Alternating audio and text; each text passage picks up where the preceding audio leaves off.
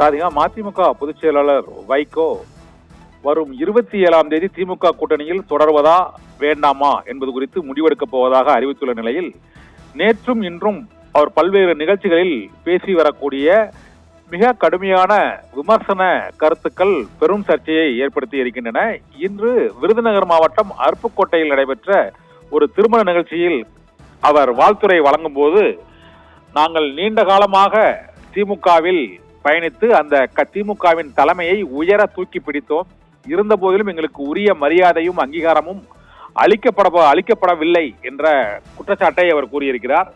மேலும் கிளைக்கழகங்களே இல்லாத கட்சிக்கு 8 சீட்டுகள், காணாமல் போகவிருந்த ஒரு கட்சிக்கு 10 சீட்டுகள் என்று விடுதலை சிறுத்தைகள் கட்சியையும் தேமுதிக கட்சியையும் அவர் மறைமுகமாக குறிப்பிட்டு கடுமையாக விமர்சித்திருக்கிறார். இதனால் திமுகவில் இருந்த கூட்டணி கட்சிகளையும் திமுகவையும் மிக கடுமையாக வைகோ மறைமுகமாக விமர்சித்திருப்பதன் மூலமாக அவர் அந்த கூட்டணியிலிருந்து விலகப் போவது உறுதியாகி இருக்கிறது. ஆனால் மதிமுக சார்பாக வெற்றி பெற்ற 2 சட்டமன்ற உறுப்பினர்களும் உதயசூரியன் சின்னத்தில் வெற்றி பெற்றிருப்பதால் இப்போது மதிமுக கட்சி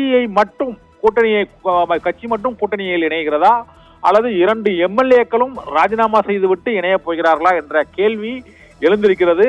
ஆனால் கடந்த 2 நாட்களாக மதிமுக பொதுச் செயலாளர் வைகோ பேசி வரும் பேச்சுக்களில் உள்ள கருத்துக்களின் மூலமாக அவர் திமுக கூட்டணியில் இருந்து வெளியேறுவது கிட்டத்தட்ட உறுதியாகி இருக்கிறது என்றுதான் தெரிய வருகிறது.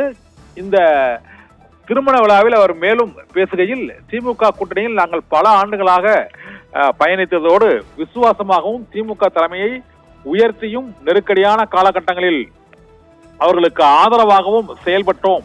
ஆனால் அதற்குரிய அங்கீகாரமும் அதற்குரிய வாய்ப்புகளும் தங்களுக்கு வழங்கப்படவில்லை என்றும், தேர்தலில் மிக குறைவான சீட்டுகளே எங்களுக்கு போட்டியிடுவதற்கு வழங்கப்பட்டது என்றும், நாங்கள் மிகுந்த மன வருத்தத்துடனேயே அந்த தேர்தலில் போட்டியிட்டோம் என்றும் அவர் வேதனையும் தெரிவித்திருக்கிறார்.